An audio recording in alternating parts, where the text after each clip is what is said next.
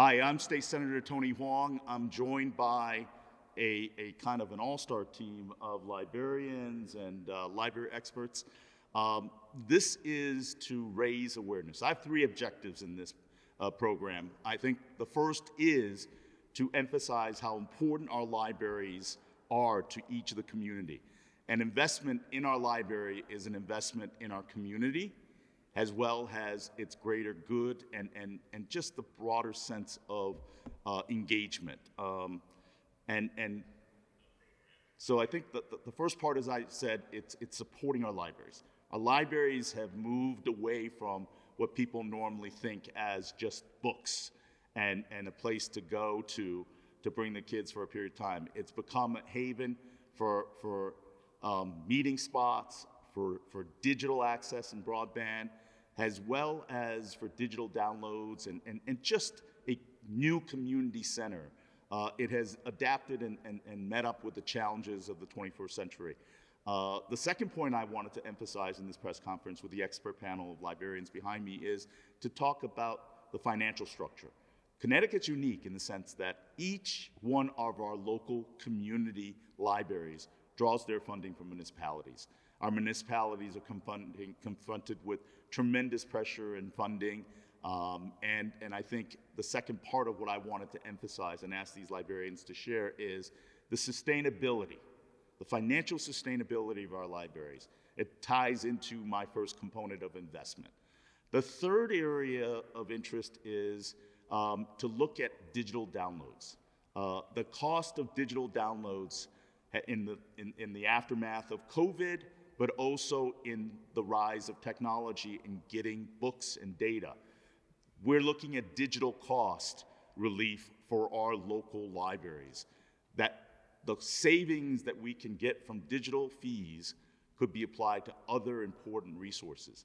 And in fact, we will be raising a bill related to digital rights costs in the Planning and Development Committee that is chaired by Representative Cristin McCarthy Vahey, who is here with us, and I wanted to introduce her and offer her viewpoints and thoughts as an individual that's a big supporter of our libraries, but also acknowledging my thanks to her for raising this important bill.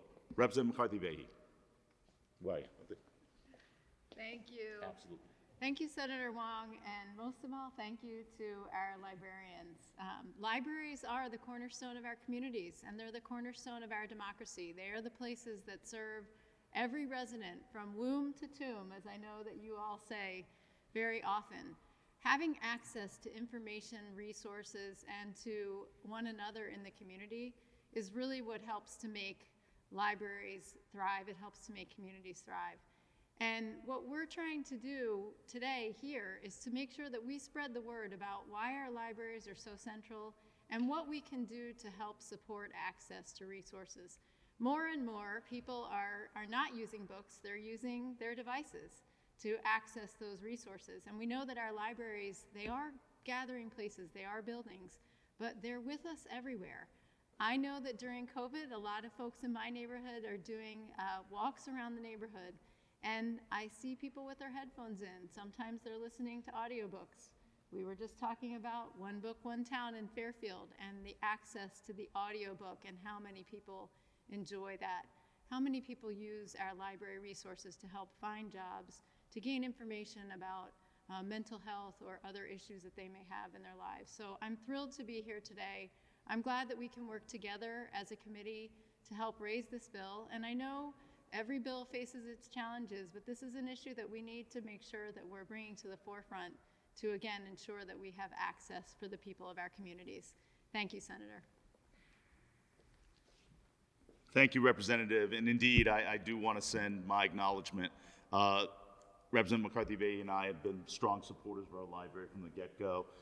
We know the value, but what we enthuse and are so passionate about pales when we're in the presence of the Connecticut State Librarian.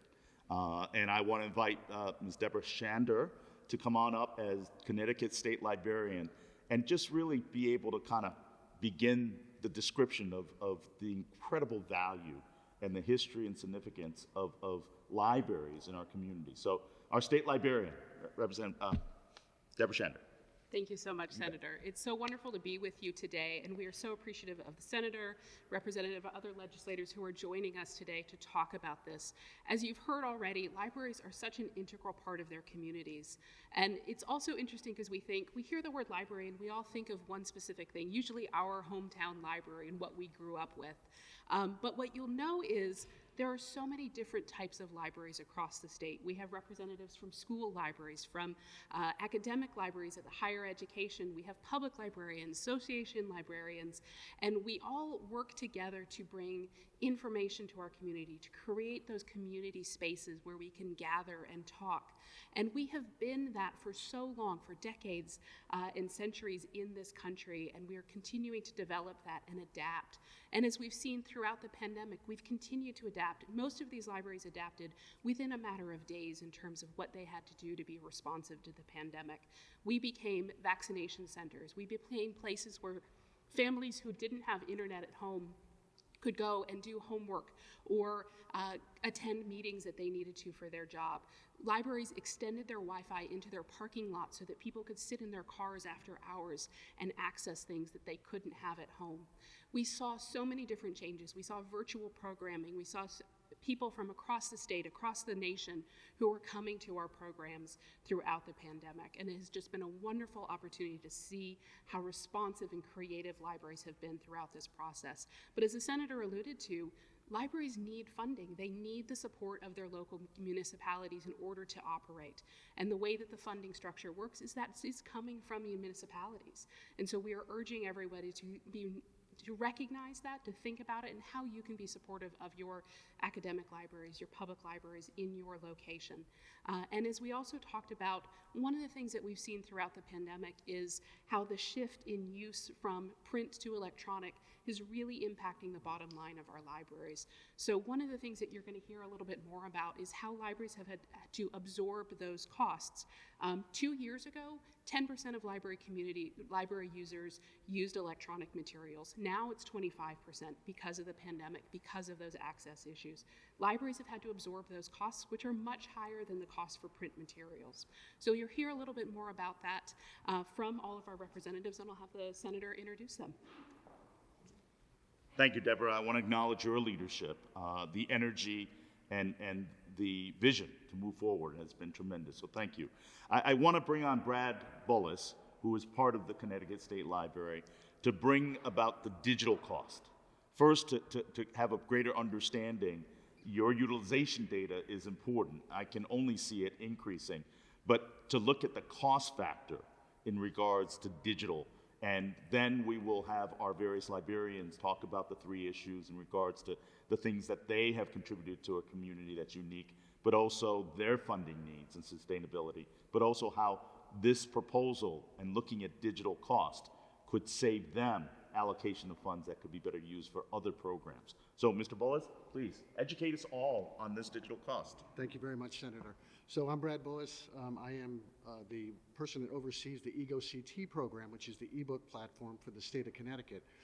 So we have seen an increase in usage of e-resources in a big way, especially since the pandemic hit. So we do want to continue to work with publishers to start to come up with ways that we can provide access to e-resources. This is about access, digital inclusion, that it's so important for libraries to be able to provide their communities with the resources they need to contribute to lifelong learning. So, one of the things that we look at are models. So some of the models that you see for basically the way ebooks are licensed, we need multiple models to give our patrons the best option to see and access the materials that they need. For example, there is time-based type of circulation. So say for 1 year, you get 26 circulations. So that's very limiting because in that time period, with our loan period, we're not able to even circulate an item 26 times. So what we look for is possibilities with models that might give us better opportunities to deliver content. And that might be, instead of having it be 1 year, 26 circs, have it be 26 circulations. And once those 26 circulations are up, then the license expires. But so it's basically trying to get a conversation going with publishers. And this is all about being pro-reader, not anti-publisher. We want to work with the publishers to come up with ways that we can maximize the dollars that we have to deliver content. And, you know, library budgets are strained. You know, some budgets, it might be 1% of the city or town budget. And it doesn't necessarily grow over time in a big way. So, you know, if you're a small library or a large library, whatever it might be, your budget is limited. So we want to come up with ways that that budget can be put in place in such a way that the content that we purchase gets the return on investment that we're looking for. So it really is about access. It's about digital inclusion, and I really appreciate the Senator and the State Librarian getting behind this. And at this point, I'll pass it back to the Senator. I appreciate your words, and there's a lot of work to be done about it, but it's about access and inclusion. That's what libraries are all about. But I think the other component is being very cognizant that as we move forward on this, that we're extremely respectful of copyrights, artistic copyrights. We're trying to create a model of balance so that we can have access and inclusion to be able to spread their incredible artistic works and writing, but also at the same time, access and inclusion. So I think that's important. But when we talk about access and inclusion, it is all about our local libraries. And let me begin by having Kate Sheehan of the Stratford Library System. Population, I consider it a city. And our goal is to have a city library as well as a town-sized library and a rural library to offer the different perspectives of what libraries contribute to each community. So we have a city setting of Stratford. So Kate, please come on and share the 3 viewpoints of what you have been doing in regards to access and inclusion and the financial pressure of sustainability. It's a pitch for you, and ultimately how digital cost savings, if it was to be realized, could help you do other important things. Sure. So I'm from the Stratford Library, and I'll say that I actually grew up in Eastern Connecticut, and I used a very small town library and really valued the reciprocal borrowing that's just native to Connecticut with our libraries that doesn't exist in other places, and I just took it for granted as a child and as a young adult. And then when I moved out of state briefly, was really surprised that that wasn't just standard, that you could just use a library card from a state in any library in the state. But we do that here because we want that access and inclusion. And this was in the before times, well before ebooks and well before all of that. So it was very easy to go to another library to get paper books. And now we have ebooks where we're restricted to loaning them just to our patrons, which is, again, something we're well versed in from digital resources. Ebooks cost significantly more than print books. So it chews up a good portion of our budget when we are trying to figure out what we can buy. It doesn't allow for the depth of collection development that we can do with print books. We really look for bestsellers.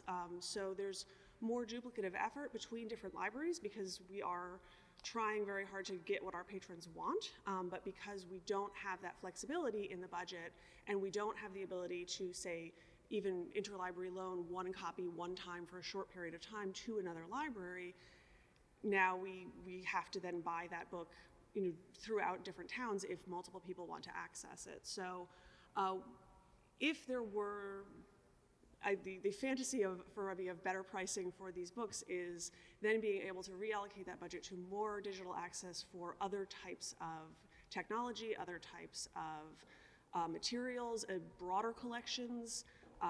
Certainly, you know, we talk about extending things like our Wi-Fi. We've also all started dabbling in circulating objects. So we circulate digital or technological infrastructure to people who don't have it at home. So that's another thing that we would love to see more of. And it is in fact about access, always, always, always. So thank you. And we really, truly appreciate the support. This is fantastic. Thank you, and I want to acknowledge Mayor Hoytek, who was a state representative as well. And I knew even before then in the legislature she was a big supporter of the library. So I hope she hears this request loud and clear. Let me go to a small library, not a insignificant, and it's such an important part of the community. And I think the key we're going to repeat over and over again, right? Access, inclusion. And so we want to bring in Brendan Much. All right. With a last name like Hwang, listen, I want to get it right. But Brendan, welcome. Thank you.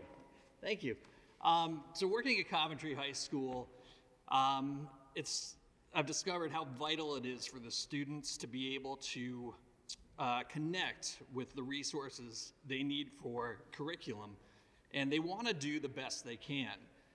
We have a limited budget. School libraries across the state, most of them have very limited budgets. It's difficult for them to acquire the amount of material they need, the resources they need to connect with their students. Now, a few examples: if a student forgets one of their English books at home that they're reading, this is for curriculum, and they come to the library and I say, well, our copy is checked out. Can we connect you with the digital copy? It's hard to obtain those with the current way that ebooks and e-audiobooks, the pricing, the way it's set up.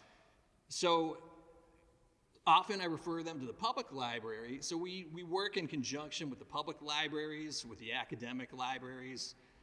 We reach out in any way we can to try to make sure the students can connect with those resources so that they can do as well as they possibly can. If they're at home, I always tell them, email me at 10 o'clock at night. I stay up late. Let me know what you need, and I will try to connect you with that. So we look for other places. Even our public library, Booth and Dimick down the road, they're going to try to connect with other libraries across the state to get the students what they need. The electronic resources, the ebooks, the e-audiobooks, are much more efficient. It would be nice if we could obtain those in better quantities at better rates so the students can connect with these. Another example is that we're preparing our students for college. Most of our students are going to college. Coventry is right next to the University of Connecticut stores and Eastern Connecticut State University. And I want to show them, and I often do this, show them how their academic libraries work. And it's on a larger scale, but very much like the high school library. So I think they get a good jump start if I can introduce them to the electronic resources that are available at the academic libraries.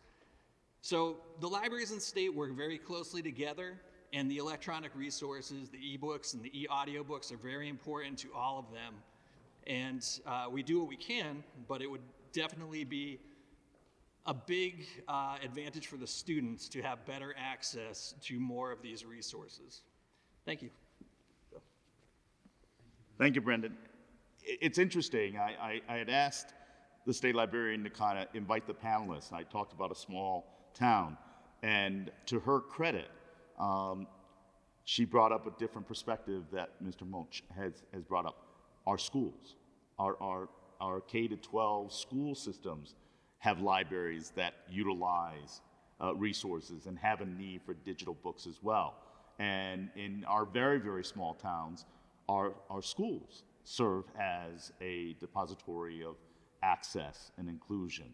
So it's a little bit of a curveball. I was thinking of a small library, small town librarian, but to the state librarian's credit, she has brought in another perspective that the digital cost of our libraries are important, not only for our libraries, but also anywhere where there's institution. But I want to acknowledge Representative Tim Acker, who made his day to come out. So maybe you can pitch for the Coventry Library and persuade your town leaders to support the school and the local library. Senator, thank you. And I'd like to shout out to, we have also Representative Laura Devlin that is here with us today. And shout out to Representative McCarthy Vahey for bringing up this issue and the panelists that are here. I'm a proud member of the renovation committee for a Booth and Dimick library with the support of the state library's funding that makes that happen. And I want to thank you for that effort and keeping that small.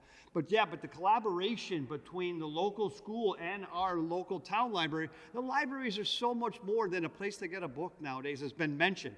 I'll go there and I'll see people, business people, that need the resources of the internet that they don't have, using the library, setting out a set of plans and talking to a customer at our libraries. I've held coffee hours where people want to come and see. So I encourage people, first and foremost, thank you for the point, making sure there's access.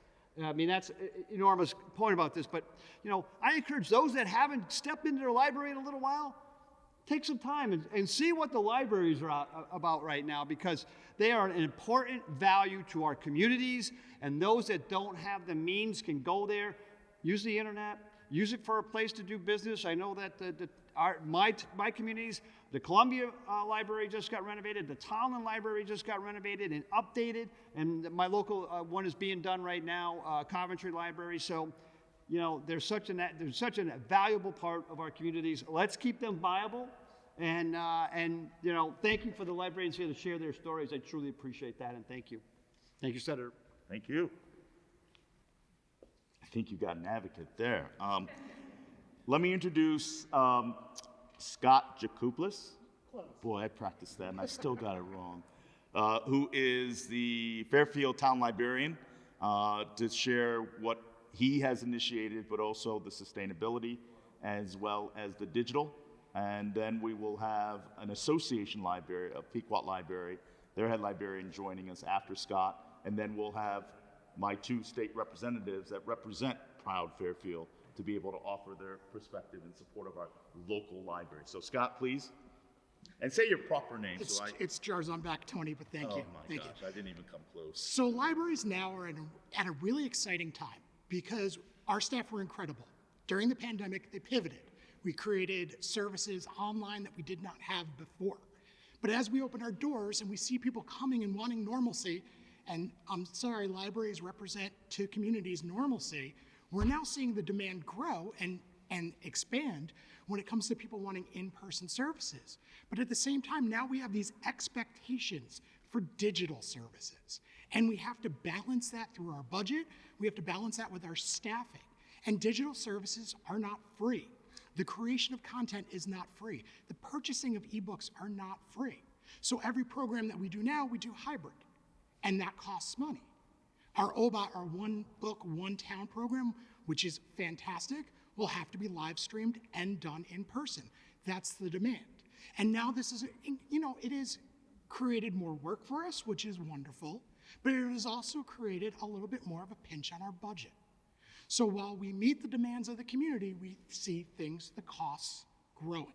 Right now, you quoted 25%. Right now, Fairfield Public Library's digital resources, it's 43% of our circulation. Yet every day our door numbers climb and we get busier and busier. So there's extra pressure. We're at a completely new phase when it comes to public libraries, and it is really exciting. But we will need the support, whether or not it's through the legislature or if it's through the budget, to continue these services and continue to meet the demands of our community. How will the digital cost reduction help you as a library function and deliver critical services? Ebooks, we don't purchase ebooks and put them on our shelves like we do with our physical books. They're not in the collection forever or for as long as they can be until they start to fall apart. It is really just signing a contract saying we're allowing our patrons to borrow these books for an extended period of time. So a popular book, a popular piece of fiction right now that's on the bestseller list could be I always use James Patterson as an example. I'm sorry, librarians are laughing, they know what I'm talking about. That one physical copy we get, it stays on the shelf, it can circulate forever. But every year for a James Patterson book, we need to renew that contract. So the cost of that book is 3 to 4 times more expensive than it would be if it was the physical copy. And that is an extremely, it's pressure on our budget. So we really would love to see, working with the publishers, something that would reduce that pressure so we can purchase these items. The authors should get paid, but it does not impact our budget in a way that we have to stop buying physical books. And I'll say, something like a picture book for a child or a graphic novel for a child, those physical copies, they're never going away because people still want that experience to come in the building. So sometimes people get excited, oh, this will replace the library. It'll never replace the library. It'll never replace that experience for an 8-year-old or a 9-year-old child to come in the door and to get a Dog Man and borrow it from the shelf. So that experience is still there, that demand is still there, but at the same time, we need to provide the digital copies to people, hybrid users in the community, or just digital users in our community. Thank you, Tony. Scott, thank you very much. And I was talking to the various librarians about using the examples, so you influenced me. I kept on talking about James Patterson. I want to invite Pequot Library and Association Library, the head librarian, Cristin Cotello, please. Thank you, Cristin. Morning. So Pequot Library is a public association library. We're actually a part of the town of Fairfield's library. So we share a catalog with them and we share our ebooks with them. So when we purchase ebooks, the town of Fairfield, the Public Library of Fairfield's patrons can check them out as well. And with the pandemic, we had to pivot a lot of our offerings as well to digital and virtual. We wound up offering a lot of hybrid programming, particularly Meet the Author programs that became extremely popular digitally during the pandemic. So we were very excited to offer that to our community. But as Scott mentioned, we have the same challenge now where people expect both in-person and digital programming, and we are receiving pressure to live stream our events, which is a wonderful way to broaden our community and our reach, but that does put some strains on the staff and on our budget. Another strain we're facing as well is the pressure to acquire more ebooks. As everyone has said, ebooks are, the premium.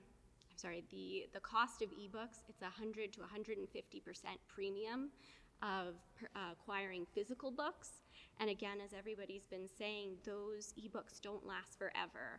They expire within a year or 2 years, and then we have to renew that contract again.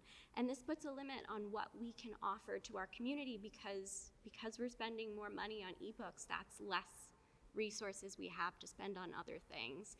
So I'm excited to hear about these efforts and to work with the publishing companies so we can continue to acquire ebooks for our community, but to be able to allocate our resources in other places as well. So thank you. Thank you, Cristin. Thank you, Scott, for making the drive up. I want to bring up Representative Laura Devlin and re-invite back up Representative McCarthy Vahey for our personal touting of our libraries in town. So please, Representative Devlin. Thank you, Senator Hwang, and thank you both for coming up. This is the first chance we're getting an opportunity to meet in your new role. The libraries in the town of Fairfield are such an integral part of our community. And I can speak, I'm very lucky. My sister is a librarian. She's got a lot of librarian friends. And early on, they taught me the value, really, of our libraries. As you heard from Representative Ackert, as a small business owner, I would take advantage of the databases that were there and the meeting rooms that were there. As part of a club, we would meet in our branch library downstairs. And there's, at Pequot, the big community room, besides the incredible resources that are there. I'm also a user of digital as well as physical books. There are certain things I want to get my hands on, but I'm a big user of digital. And it's so important that there is parity and that I think the users of the libraries just expect that as another offering, not a replacement. So as much as we can do to help, make that affordable for our libraries is another piece of the mix. So I'm really excited about your proposal, and thank you for letting me speak. Oh, absolutely. And you had traffic, didn't you? I did. The same traffic that delayed the executive director of the Pequot Library, Stephanie Coakley, who was trying to hide in the background, but I would like to have her come on up and be able to say a few words in addition to Cristin. It's also important to note that our libraries, we talk about books, we talk about digital and broadband, but many of our libraries serve as meeting spots. We as legislators hold many of our meetings and community outreach efforts there. You are a community meeting spot. So it's important to acknowledge that as a public space and the value that you bring. But Stephanie, come on up. Thank you for making the trip up. Thank you, Senator Hwang. Good morning, everyone. And I apologize for being late. I want to thank you all for your support and making You have all the answers now. this important topic a point of attention this morning. And we're so grateful for coming together today in our beautiful state library. And I want to thank my hardworking team at Pequot Library for joining us today, Cristin McCarthy, our chief librarian. And I echo all of what's already been said this morning, and I just thank you all so much for coming out to support the state's public libraries. More than ever, they are critical to the well-being of our state's communities, and we so appreciate this opportunity to recognize the hard work of our librarians throughout the state. And welcome to Scott, to the town of Fairfield. Thank you, Senator Hwang, and thank you for our other elected officials that are here this morning with us. Really appreciate the hard work that you all are doing on behalf of the state's public libraries. Thank you again. Thank you, Stephanie. And I'm going to turn it around for us as legislators and as people who love our communities to say thank you to all of you. I know in our household, the librarians are like the coolest people.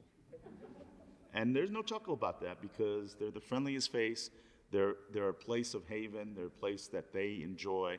So really, for me and for many of our colleagues that are here, many that couldn't attend, it's a way for us to say thank you as well. So let me include, again, to Deborah's credit as the state librarian, she didn't just think about local community libraries. She didn't think about K-12 school libraries. She thought about our university libraries as well. So we have Mr. Rodriguez, who is from the UConn Library, to be able to articulate that the digital cost has also impacted your services in being a center of knowledge, but at the same time, providing resource to a population as well. So please, welcome. Good to see you. Thank you, Senator. That's a great beer, too. Great beer. Appreciate that. Absolutely. For academic and research libraries like UConn's, the cost and the availability of ebooks has a significant impact on on the library's ability to support the university's research enterprise and to ensure that higher education in our state is affordable and accessible for everyone, that students are able to get the course materials they need, regardless of what their income level may be. So a couple of elements go into that. The first, of course, is the cost of the ebooks, as has been underscored by the panel. Ebooks in academic libraries similarly cost 3, 4, even 5 times more than print books, or than ebooks that are sold directly to consumers, to members of the public. But the other big piece is that often libraries are not able to purchase the books in e-format that our patrons ask for and that they need. Publishers commonly do not sell some ebooks to libraries. So we are often in the position of telling our faculty and students that, no, we're not able to get this ebook for your class to support your research or your learning. So from the perspective of academic libraries, we're really excited to continue collaborating with our state legislators and with our publisher partners to make ebook access as available and as affordable to libraries as possible. Thank you. Thank you. A different perspective, a different wrinkle. I didn't catch the individual's name, but she piqued my curiosity, given that a major focus of this is digital right cost, digital book rights. And we have other librarians and board members that are here. Again, much credit to our state librarian. But I didn't catch the name. But come on up and articulate your experience in the digital group purchase role that you serve. And we welcome your perspective on how, while maintaining copyrights and the necessary ability to do business as a publisher, that it's balanced with access, inclusion, and equity. So through you, state, I think I'm back in session, right? Through you. But please, I didn't get your name, and please introduce yourself. Thank you. Hello, my name is Ellen Paul. I'm the Executive Director of the Connecticut Library Consortium. We represent 800 member libraries across the state, academic, public, special, and school libraries, and we negotiate discounts on the things that libraries buy every day. So when we talk about ebooks, I really see this as a taxpayer issue. When your library goes out and buys a paper copy of a book, they don't pay retail. They pay about 50% of that cost on the back. But when we talk about ebooks, that just simply isn't true. You as an individual might go out and buy Gone Girl or Harry Potter off of Amazon, a digital copy, for maybe $5, $7, whatever. But your local library, they're not getting that discount. They're not even paying just, flat rate for it. They're paying double, triple, quadruple, or more. I used to be the library director in the town of East Hampton. I once paid over $100 for a single copy of an ebook. That's a taxpayer issue. These are public funds that are going to this. On top of paying $100 for an ebook, as Brad pointed out, we don't get to keep that ebook. It goes back to the publisher after 12 months or 26 borrows. Now you can imagine when we think about a popular book like Harry Potter, eternally popular, how many times we need to repurchase that ebook. And who pays for that? The taxpayers pay for it. And I don't think that they realize the costs that their libraries are incurring for those borrows. I think they're grateful for those digital resources, but if they knew what the publishers were doing to libraries, they would be in an uproar. And so I thank our senator and our representatives for bringing the public's attention to this really crucial issue. Because if we can fix that, then the bottom line of all of our libraries will be significantly better, and we will be able to continue to serve our communities in the ways that we do best. So, thank you. I'm so glad we included you. That is, when you put it into the dollars and cents, it's just impossible. And it is taxpayer money, but it's also, as I said repeatedly, access, inclusion, and equity. And those are important factors. I'm gonna close off this meeting, but I want to be able to ask our state librarian to come on back up and close out and have her final closing thoughts. Thank you. So first of all, let me say thank you to everybody who joined us, to the senator for starting a conversation. We ran into each other at an event, and it turned into this event today and this raising of awareness of this important issue for our libraries. Thank you to all of our panelists, our representatives. We have members, as we said, of our board, of the president of the Connecticut Library Association is with us today. And we want to thank you for listening to this issue and the concerns and how we want to better serve our libraries here in Connecticut, how we can work together, how we can partner with our legislator, how we can partner with our community leaders and with publishers. As Brad talked about, we want to partner with our publishers to have these conversations, to raise this, and so that we can better serve our Connecticut community. So thank you again for joining us. Thank you to the senator, and thank you to everybody for starting this conversation with us today. Well, thank you for closing it out, and thank you for hosting us at the Connecticut State Library. And for those that have not been here, please take a chance. Purview, we have the curator who was present earlier. What you see around you are portraits of former governors of the state of Connecticut. And again, their archives, their history, it's walking through history of Connecticut. So thank you as our librarians. I'm going to close by simply saying, as in my household and in so many, without realizing it, we love our librarians, we love our libraries, and our librarians are super cool. Thank you very much for watching. Thank you for listening. Thank you for participating. To all my colleagues.